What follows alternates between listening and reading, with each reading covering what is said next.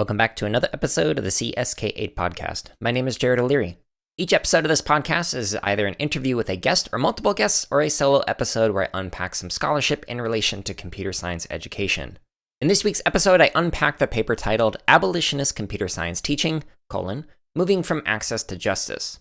This particular paper was written by Allison Ivey, Stephanie RunningHawk Johnson, Max Skorodinsky, Jimmy Snyder, and Joanna Goode. Apologies if I mispronounced any names. All right, so here's the abstract for this paper. Quote, as high school computer science course offerings have expanded over the past decade, gaps in race and gender have remained. This study embraces the all in the CS for All movement by shifting beyond access and toward abolitionist computer science teaching. Using data from professional development observations and interviews, we lift the voices of BIPOC CS teachers and bring together tenets put forth by love for abolitionist teaching, along with how these tenets map onto the work occurring in CS classrooms. Our findings indicate the importance of BIPOC teacher representation in CS classrooms and ways abolitionist teaching tenets can inform educators' efforts at moving beyond broadening participation and toward radical inclusion, educational reform, and self-determination for all, end quote. Now, by the way, the word love is an author's last name, and BIPOC stands for Black Indigenous People of Color, just in case you hadn't heard of the term or haven't heard of Bettina Love. All right, so if I were to summarize this paper into a single sentence, I would say that this paper argues that the field of CS education can use abolitionist pedagogical practices to move from focusing on access to focusing on the full humanity of students. All right, if you're interested in actually reading this paper, I do include a link to it in the show notes, which you can find at jaredoleary.com, and clicking on the podcast tab, where you will also find some other resources, such as the interview that I did with one of the authors, Joanna Goode, and links to hundreds, if not thousands, of free resources that I have created or curated on my website, including a link to bootuppd.org, which has a 100% free coding curriculum that I continue to develop. All right, the last plug that I'll give before unpacking this particular paper is that if you're interested in being a guest on the show, click the Contact Me button on my website, and we can schedule a recording at a time that works best for both of us. And it can be months down the road. You can also contact me if you're interested in doing some collaborations on any upcoming grants. All right, so let's dive into this particular paper. So in the intro section, in the purpose, the authors mentioned that, quote, CS has one of the most pronounced racial participation gaps of any subject in high school, in terms of enrollment and achievement, a gap that continues to become more pronounced in college and in industry professions. This racial gap, however, extends beyond the students who are granted access to CS courses to also include the teachers in these classrooms, end quote. It's from PDF page 1. So the authors note that there are many people who are trying to raise this issue and to center things around a CS for All movement. However, the authors mentioned that this movement, quote, has been focused on notions of equity in terms of access to and participation in existing classes, without taking into account the pedagogical commitments being centered, end quote.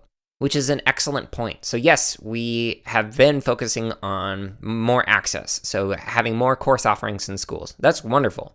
But once you actually have kids in the classroom, you need to also think of the resources that you're using and the pedagogies that you're using. So for example, I did a previous Unpacking Scholarship episode where I talked about how the imagery in the curriculum can have an impact on whether or not students feel welcome or included or have a place in CS as a field. So I'll include a link to that particular episode in the show notes if you have not listened to that one yet. But this particular paper is talking about pedagogy. All right, so the authors mention in their section 2, which is discussing a theoretical framework, that we as a field need to center anti-racism within the curriculum and within our pedagogy. Now, at the time of this writing, there was not much guidance on what does that actually look like, but the episode that I did 2 weeks ago that unpacks the KPOR Center's recent framework on culturally responsive sustaining CS education is a framework that has some discussions on anti-racism within the classroom. So make sure you check out that episode and that particular resource if you haven't listened to that one yet, because it does expand upon some of the ideas mentioned in this particular paper. Now, the authors also mentioned on pages 1 and 2 that even though that the field is encouraging people to think of CS from a critical lens,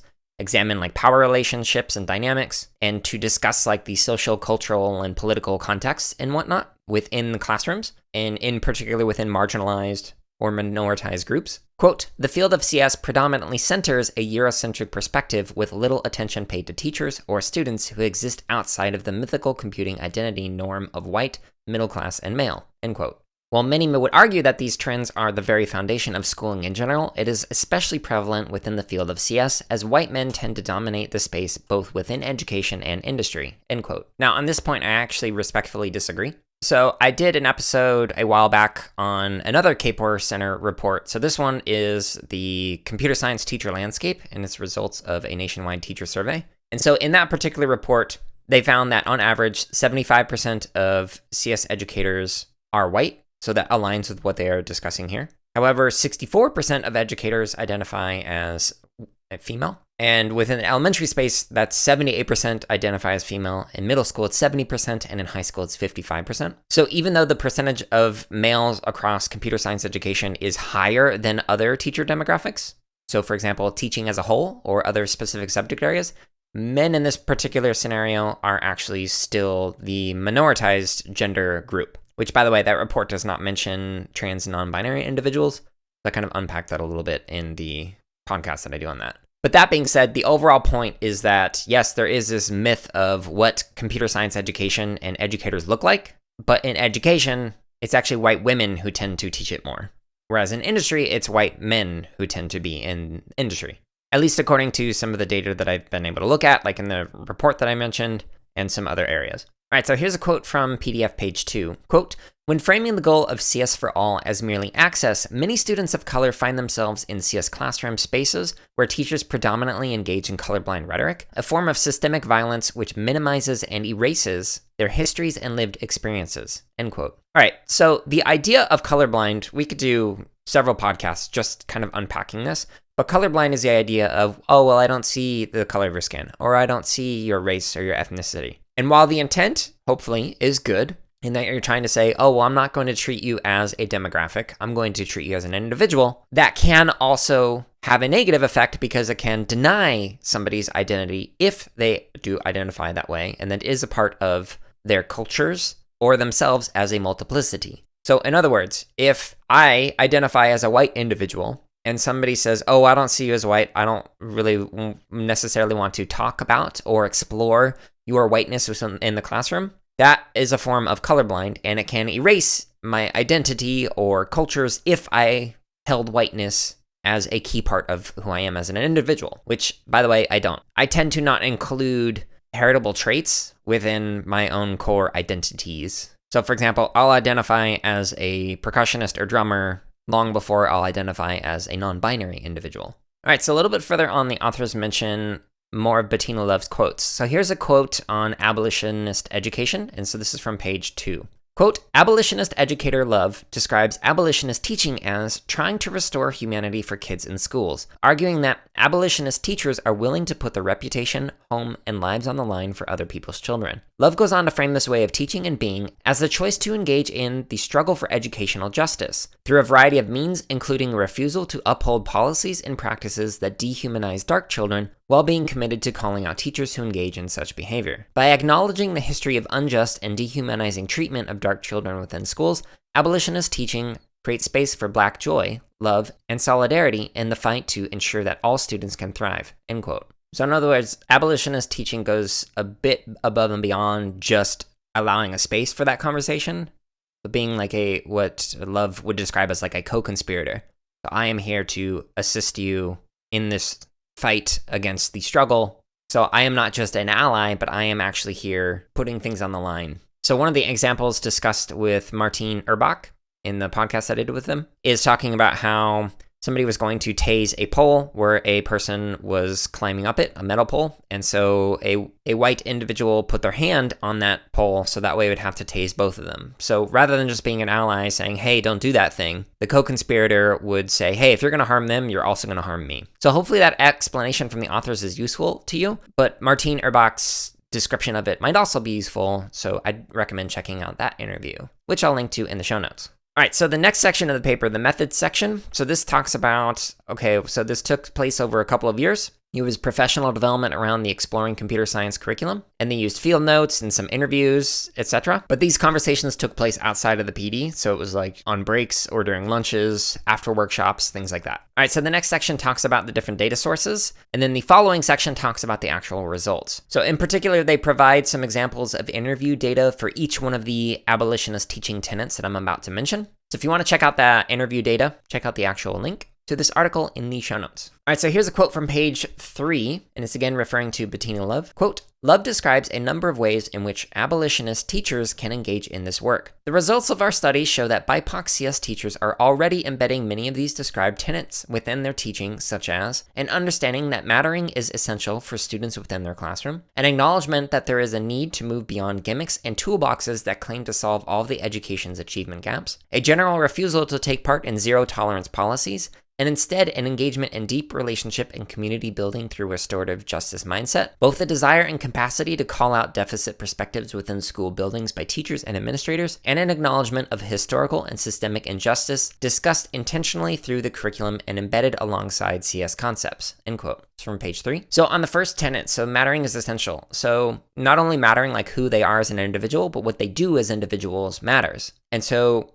encouraging kids to understand that by humanizing them and not saying, oh, you're irrelevant because you are X demographic or Y demographic. This can be especially beneficial if that particular demographic is not often represented within the field of CS, either in industry or in media or wherever. So the next tenet, moving past gimmicks. So there are often these like best practices ideas of, oh, if you just do this one thing, then it's going to like solve all equity issues in your classroom. While that one thing might assist in some way, it's likely not going to solve everything indefinitely. So the refusing to take part in zero tolerance policies tenet is basically saying like, hey, instead of saying you did A, B, or C thing, so therefore this is the punishment you get, it's actually looking at it and going, oh, well, what led to that person doing A, B, and C? How did their home life impact this? How did their school life impact this? How did other people impact this? So trying to understand contexts rather than just issuing out punishments that don't take into account those contexts. So the next tenet of calling out deficit perspectives. So an example of a deficit perspective might be like, oh, well, this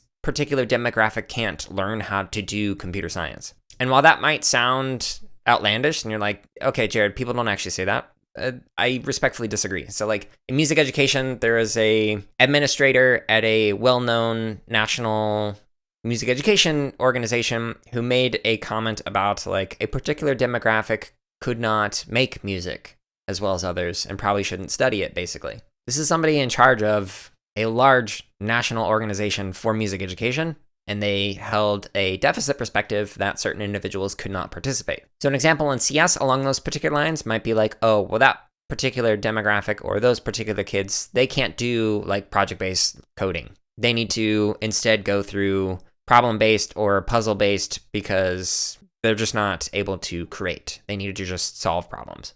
That would be a deficit perspective. And then the last tenet of acknowledging historical and systemic injustices. This is an ongoing thing that we need to continue to highlight. And again, that KPOR Center's recent framework on culturally responsive sustaining education is something that I point to explore how to acknowledge historical and systemic injustices in the classroom. And again, I link to that in the show notes. All right, so the last section is just basically discussing the significance of this in relation to other scholarship. So I'm going to read one more quote from page 4.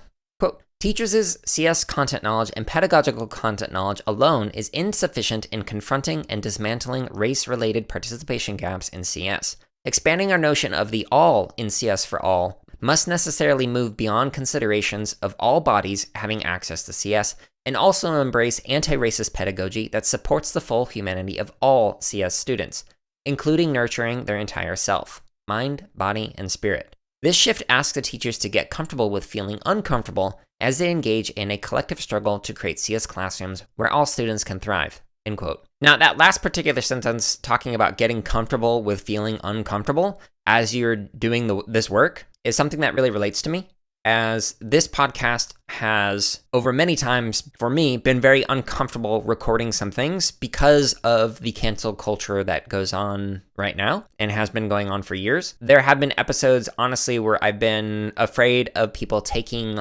the things that I say out of context. So for example, taking the middle sentence in a paragraph of discussions or eliminating out the disclaimer that I give before I say something that might be controversial, especially in this like polarized and political climate that we kind of have been existing in for years now. I will say, as an individual with one perspective on this, as uncomfortable as it has been sharing these things and that like anxiety of like, oh no, is this going to blow up on me? It has been good for me to at least explore these topics more and to do so in a public way. As I know some people have listened to this and gone, oh, I now better understand this because you shared this particular topic or you were vulnerable with your genuine thoughts on whatever it was the thing that was interesting to them. Now, that being said, there have been some people who have reached out expressing their appreciation because of the things that I've brought up on here and just like openly voicing some of my, oh, here's my wonderment, or here's a thing that I've been still considering after having read this particular set of scholarship. So hopefully we can start shifting that pendulum back to having open conversations where we as a field can actually say, oh, I don't actually understand why you said this, or I don't understand what this particular thing means. But I honestly think the only way that we can do that is by continuing to engage in discussions with people we might disagree with. But after that rant, I now want to share some of my lingering questions or thoughts. I do this after each one of the Unpacking Scholarship episodes because I wanted to share, oh, here are some of the things that I'm still thinking through after having read a particular article. The first question that I'm still continuing to think through is, what other abolitionist practices are missing from this article that you might recommend? While the recommendations in here are great, what else might you recommend? This is from a narrow subset of CS educators who took the Exploring Computer Science Professional Development, so there likely are some things that were not mentioned that you might be engaging in. If you have some ideas of abolitionist practices that you would recommend, I'd recommend sharing them with others,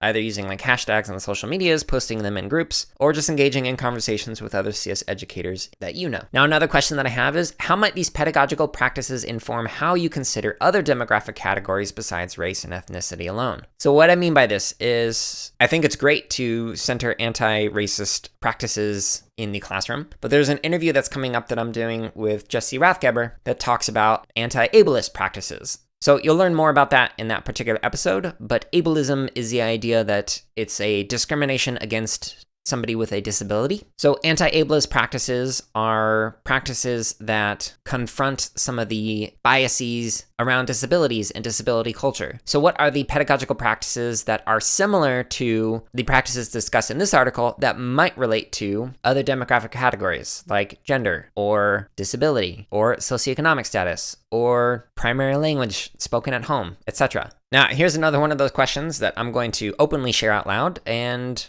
I hope it's not ever taken out of context. So just sharing a thought that I have is, when is centering a demographic or genetic characteristic a form of axiological colonization? So axiological colonization, by the way, it's the idea of colonizing a set of values. So saying like, if I am a colonizer, I will say, I value this thing and I expect you to value it as well. Even if you don't, I'm going to make you value this particular thing, whatever that may be. So as an example, if I were a CS student, my gender identity is non-binary, which is within the trans community, so it's a marginalized group, or at least underrepresented. But even though I have that identity, I honestly don't think about it nearly as much as other people do, because it's not as high a priority for how I personally identify as it is for other people, in particular cisgendered individuals who are very well-meaning. One of the reasons why I bring it up in the podcast is because I'm trying to normalize it more, but it's honestly not something that I think about. I have to go out of my way to bring it up.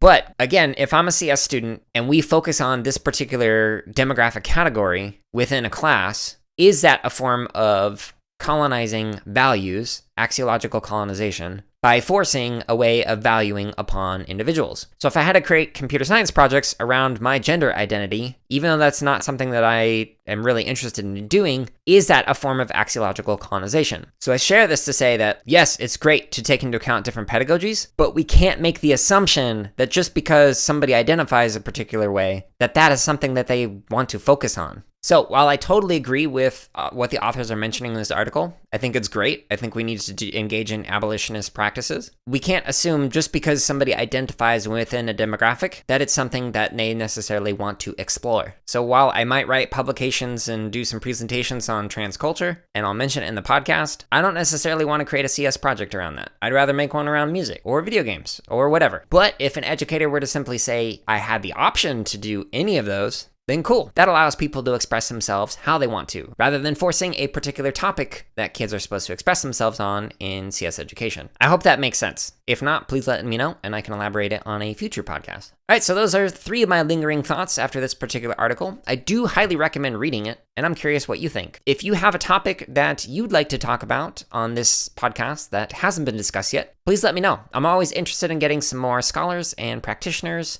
on the podcast. So press the contact me button at jaredoleary.com. If you enjoyed this particular episode, please consider sharing with another CS educator or leaving a review on whatever podcast app you're listening to this on. Stay tuned next week for another podcast, and until then, I hope you're all staying safe and are having a wonderful week.